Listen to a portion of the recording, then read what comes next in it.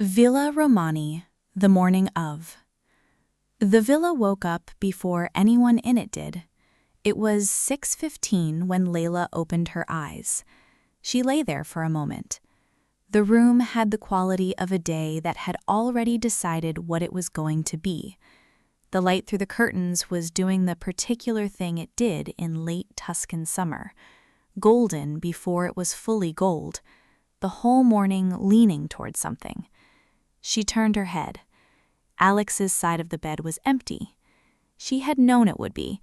They had made the decision together, not traditional, neither of them was traditional, but they had decided the night before that Alex would sleep in the guest room, not because of superstition, because Layla had said, "I want to see you for the first time properly, across the garden, when it's real." And Alex had looked at her and said, "All right," in the way she said things when she had decided they were exactly right. Layla looked at the ceiling. "We're getting married today." It still sounded new. 10 months of the ring on her finger, and it still sounded like something that was happening to someone slightly luckier than her. Her phone lit up. Sophia. She picked it up. "Good morning. Don't panic." "Why would I panic?" "You wouldn't. I am telling you not to anyway. Now, listen. The florist called, and apparently the wildflower arrangement for the east arch is slightly ivory than white, and I need you to tell me if that's a problem, because if it's a problem, I can—" "Sophia, call them back, and it's just that the whole color palette assumes a warmer white, and ivory reads differently in direct sunlight, and—" "Sophia." Layla sat up. "I don't care about the flowers." A pause. "You don't—" "I care about marrying Alex. The flowers are secondary." Another pause. Longer. "That is the most romantic thing you have ever said to me. I'm putting it in the speech." "You're not giving a speech." "I'm absolutely giving a speech. I have been giving that speech in my head for 6 months. Goodbye, Layla. I'll see you in the garden." She hung up. Layla looked at her phone for a moment. Then she got up. Alex had been awake since 4:30. She had known she would be. She had gone to bed at 11 with the full intention of sleeping, and had lain in the unfamiliar room, the guest room which smelled slightly of lavender and the specific quality of rooms that were prepared for other people, and stared at the ceiling and thought about Layla. Not anxiously, not with any of the old fear, just with the specific quality of someone who had decided something entirely and was sitting with the decision. She got up at 5 o'clock. She made coffee in the kitchen without turning on too many lights. She stood at the kitchen window and looked out at the garden while it was still gray. The chairs were set up in rows between the cypress trees. The arch at the far end was done, the flowers winding through it in the specific way Sophia had described to the florist 4 times. The lanterns Alex had asked for were hung between the trees and would be lit at dusk. The whole garden was waiting. She picked up her phone, not expecting anything, just the habit of someone who had always been the first one up. There was an email. She looked at the sender for a moment. V. Greco. She set her coffee down. She read it standing at the kitchen window with the garden in front of her and the morning not yet begun. The email. From V. Greco to A. Romani. Subject: before today. Alex, I've written this 4 times and deleted it. This is the version I'm actually sending because I've decided that the number of drafts is the problem. I keep trying to make it perfect, and it doesn't need to be perfect, it just needs to be true. I owe you an apology. I owe Layla one too, and I'll write to her separately if she'd be willing to receive it. But I wanted to write to you first because what happened between us goes back further, and it's more complicated. And I think I've understood something about it that I needed to say out loud. What we had wasn't love. I know that now.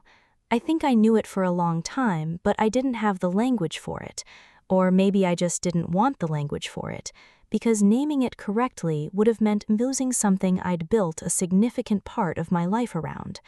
What we had was comfortable, familiar, the kind of thing that fills the space where something real might go if you let it. I was good at making myself believe that was enough, and you were good at not asking me to examine it too closely. We were very convenient for each other in that way. I told myself for 8 years that in the evidence, and it is frankly a little annoying. I behaved badly, not just at the end, throughout. I made a choice to stay in something I knew wasn't right, because leaving felt worse than staying, and I told myself that was your fault. It wasn't your fault. You were honest in the ways you knew how to be honest, and I chose not to hear it. And then, when things fell apart, I made it worse because I was hurt, and I had money on the table, and those two things together made me someone I'm not proud of. What I tried to do with Ferretti was wrong. What I did with the clip was wrong. I knew it at the time, and I did it anyway, and I am sorry for that, to you and to her. I'm in Lisbon. I've been here since I left the villa. I took a studio near the water.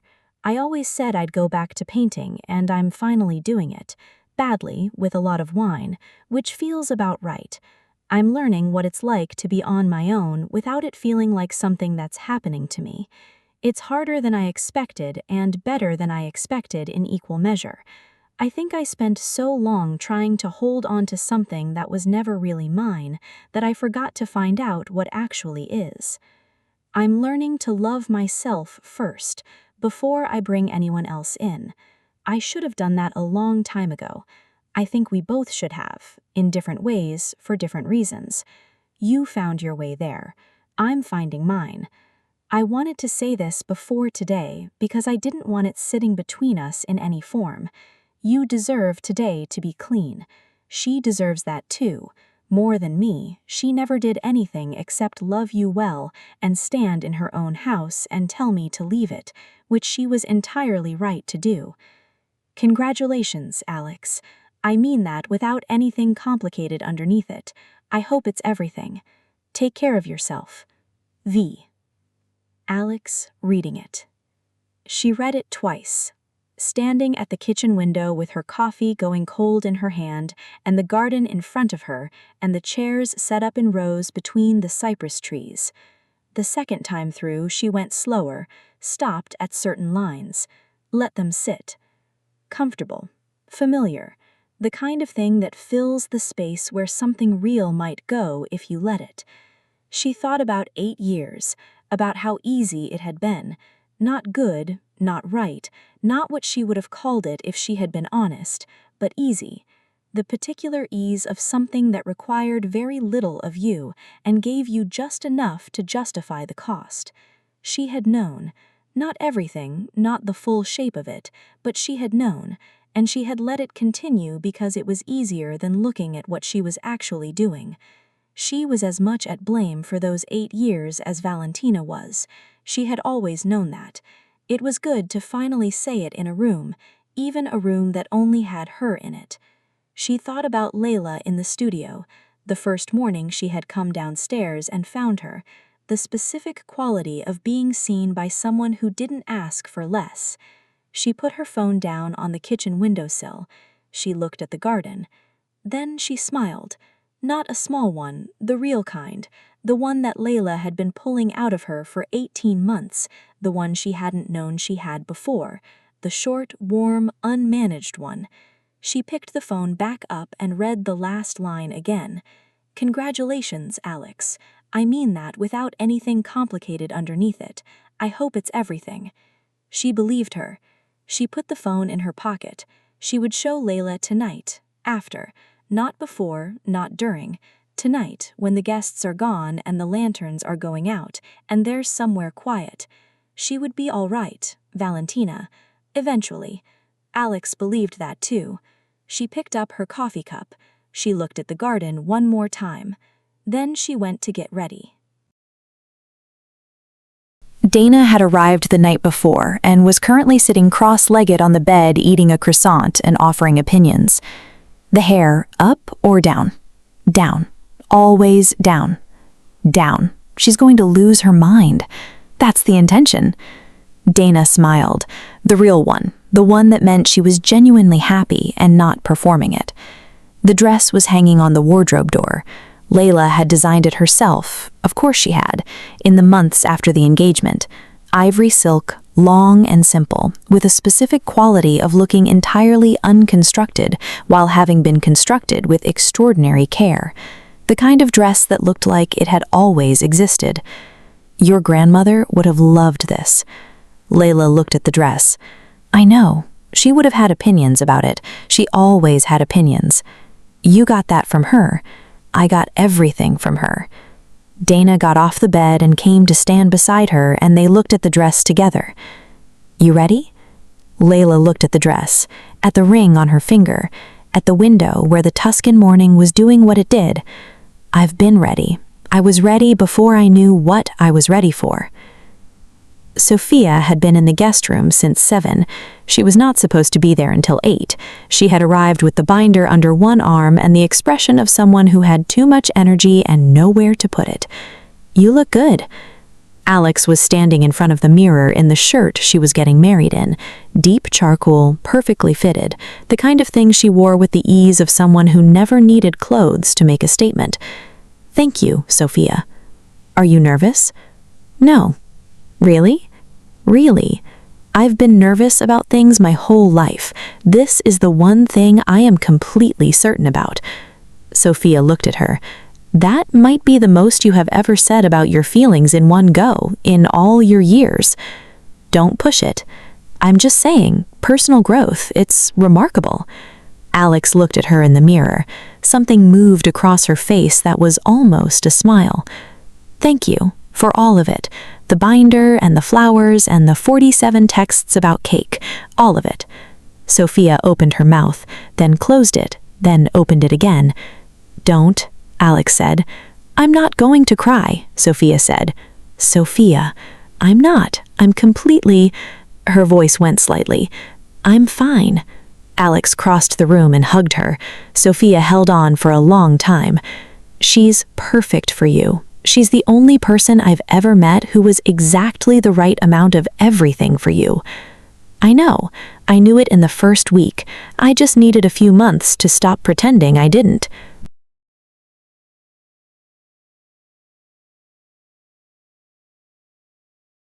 The guests were small in number and significant in weight. Elena arrived at midday and sat in the front row and was composed in the way she was always composed. Dark navy, small silver earrings, the expression of someone who had made a very good investment and had the grace not to say so. Sophia stood at the arch doing last checks on things that did not need checking. Her partner Marco held her hand and waited with the patience of someone who had learned that Sophia needed to move through things at her own speed. Dana sat in the second row with the expression of someone who had already decided they were not going to cry and had already lost that argument internally. Nico was at the front. He had been given a ribbon of deep ivory to wear around his neck, Sophia's choice, and was sitting with the specific dignity of a dog who understood the assignment. Then the music, something soft and Italian and old, and Alex was standing at the arch. She had not been prepared for how long the moment would take to arrive. She had spent 33 years moving through things efficiently, and here she was, standing in her own garden, unable to account for a single second, because her whole attention had gone to the far end of the path where Layla had just appeared. Ivory silk, hair down, gold hoops, the ring already on her finger and the ring that matched it waiting in Alex's pocket. She walked down the path with Dana at her side, and she was not looking at the garden or the arch or the guests or the lanterns. She was looking at Alex. Alex looked back. She did the thing she always did, took one moment just to look, because every time was different, and she had decided a long time ago she was not going to rush past this. Layla reached her. "Hi. Hi. You're doing the thing. I know. Good. Keep doing it." Alex looked at the paper in her hands. Then she folded it and put it in her pocket. "I had this written down. I wrote it 6 times. None of the versions were quite right because I kept trying to make it the right shape, and it kept coming out like a legal document, which," a small sound from someone in the rows, "is apparently something I do. I'm going to say the true thing instead, the thing without the arrangement around it." She looked at Layla. "You came to this house as a stranger, and I made it harder than it needed to be because I was afraid of what I could already feel, and I spent months trying to manage something that could not be managed. And you waited, not passively, not because you had no choice, but because you looked at what was here and decided it was worth waiting for, and I will never stop being grateful for that. For you deciding I was worth the wait when I was giving you very little evidence." A pause. "I love you. I love you in the way that I used to think I wasn't built for. I am still learning how to do it properly, and I will probably always be learning, because you are the most extraordinary person I have ever known, and I think that will always be slightly beyond what I can fully hold. But I am going to spend the rest of my life trying. That's it. That's all I have. Is that enough?" "Yes, that's everything." Layla did not take out a paper. "My grandmother used to say that the land knows who its people are, that belonging is not something you decide, it is something you recognize. You recognize it the way you recognize a place you have been trying to find without knowing you were looking." She looked at Alex.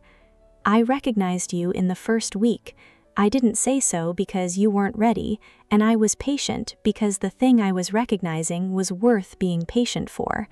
I watched you try to become someone who could receive what I was offering, and I watched you do it, badly sometimes, well sometimes, always genuinely, and I fell in love with the trying as much as anything else. You came back. Every time something went wrong, you came back and told the truth and stayed in the room. That is everything. That will always be everything. I am yours. This is where I want to be. In this house, in this garden, in this life. With you.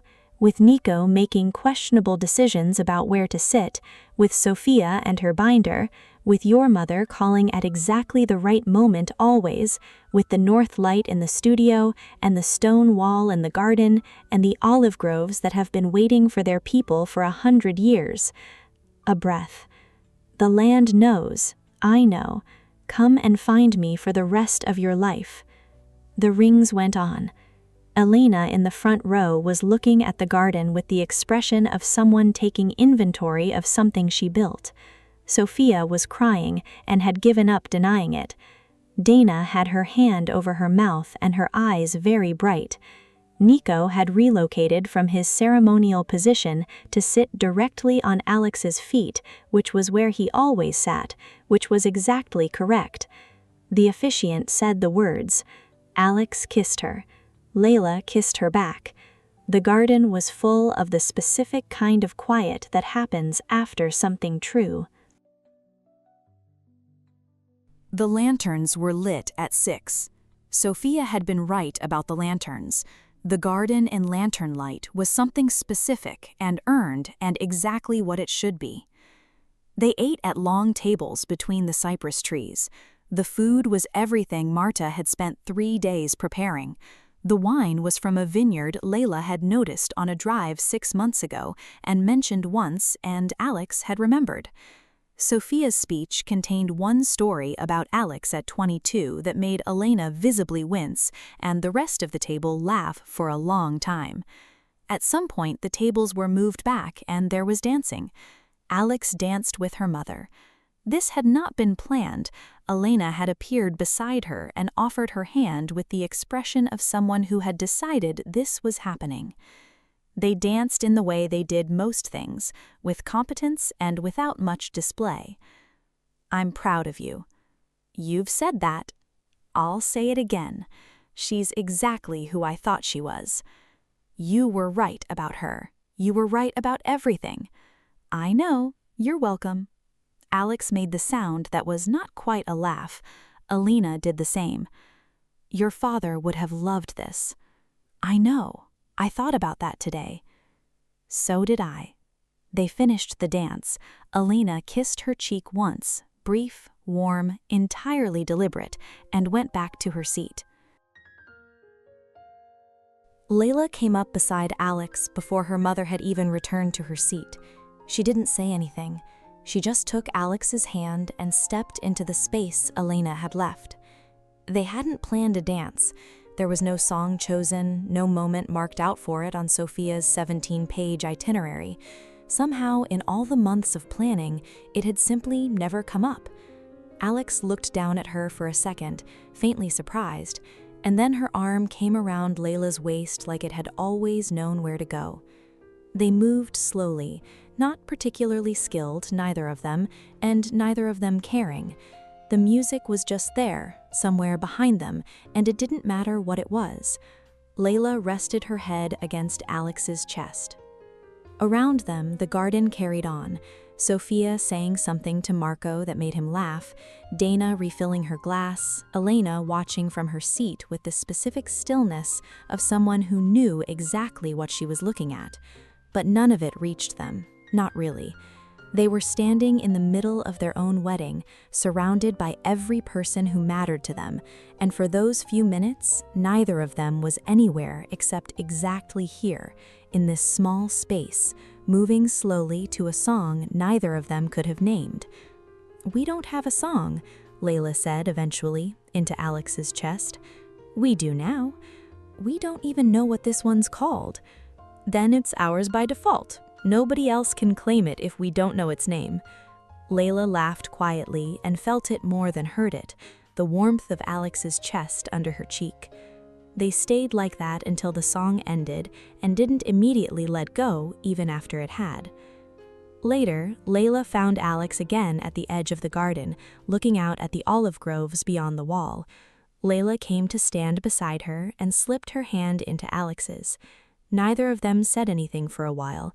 The lanterns glowed warm behind them, and the groves were going dark and quiet ahead, the kind of quiet that didn't need filling. "Good day?"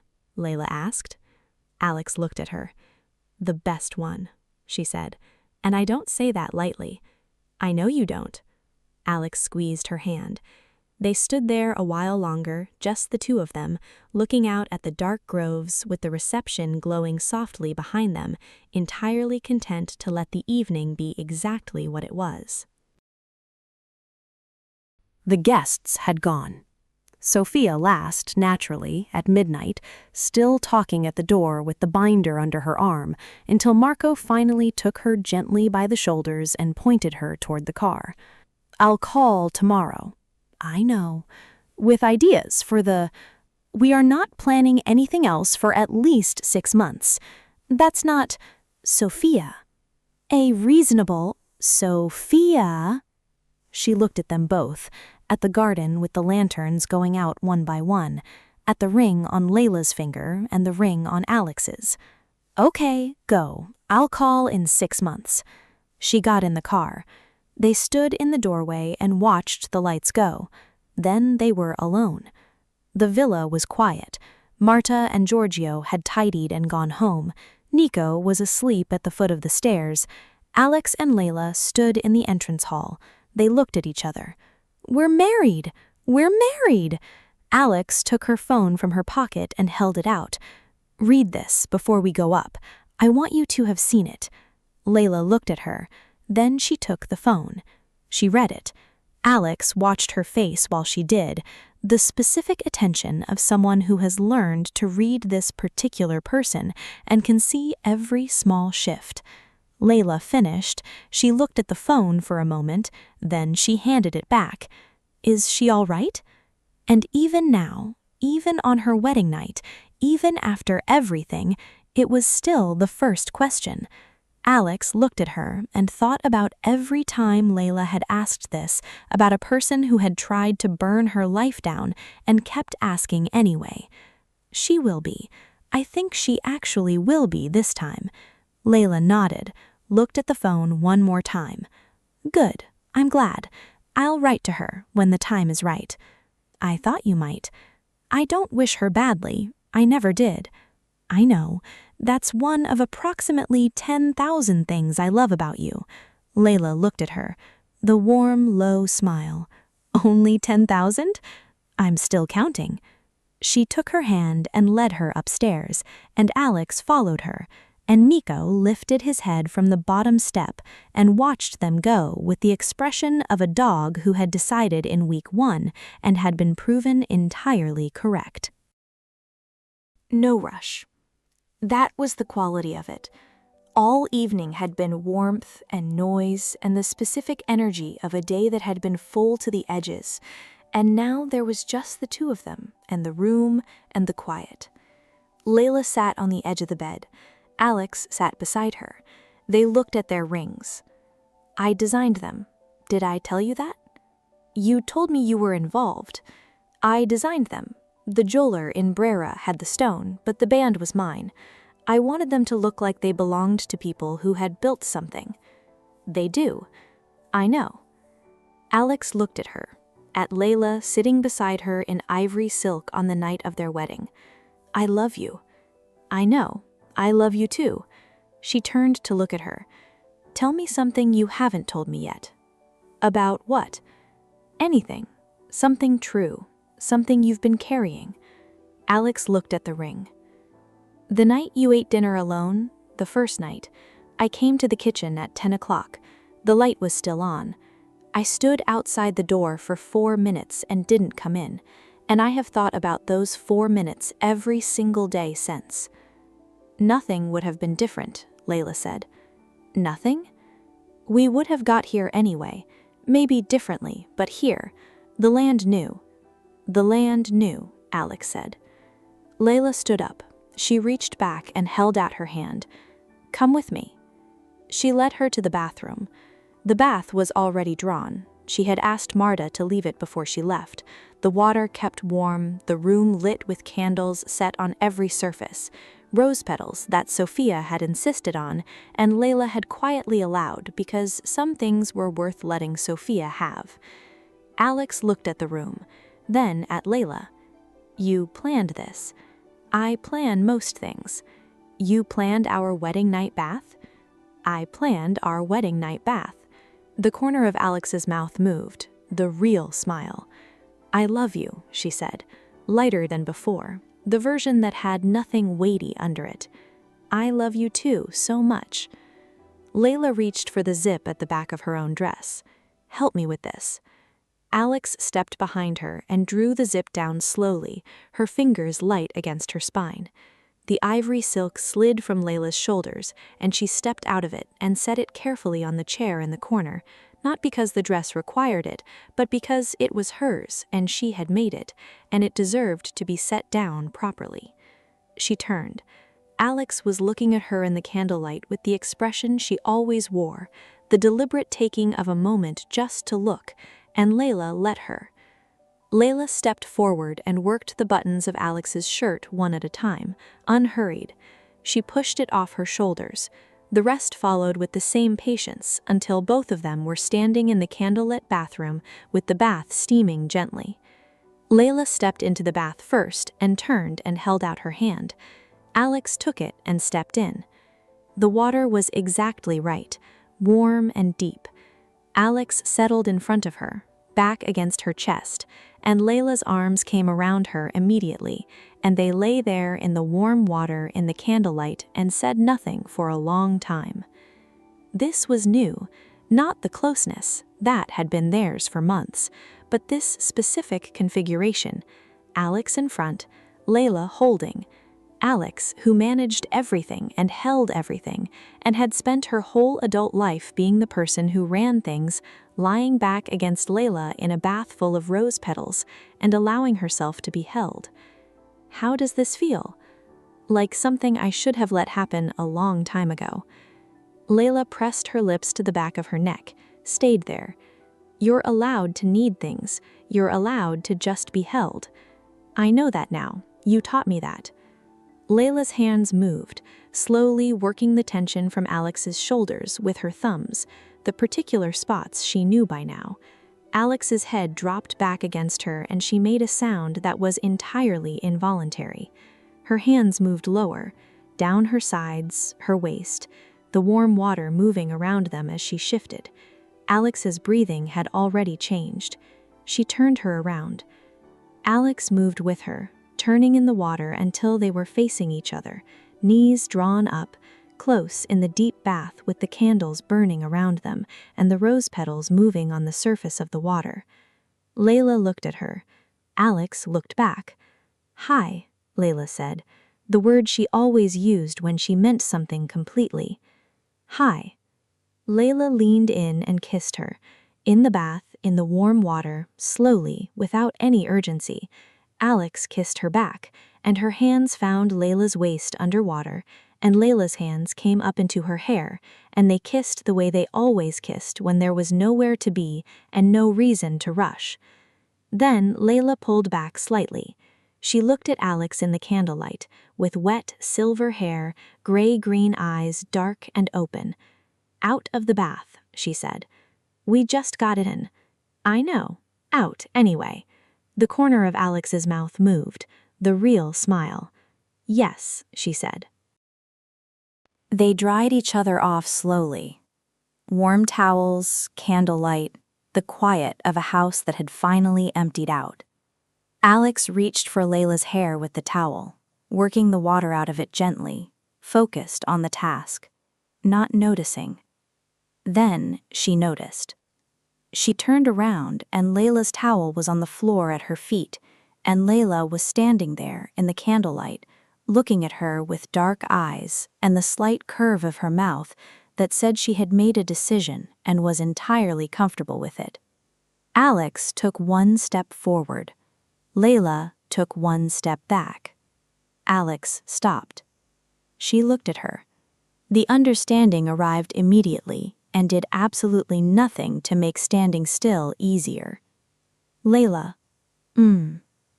Another step forward, another step back, slower this time, deliberate, Layla holding eye contact the entire way.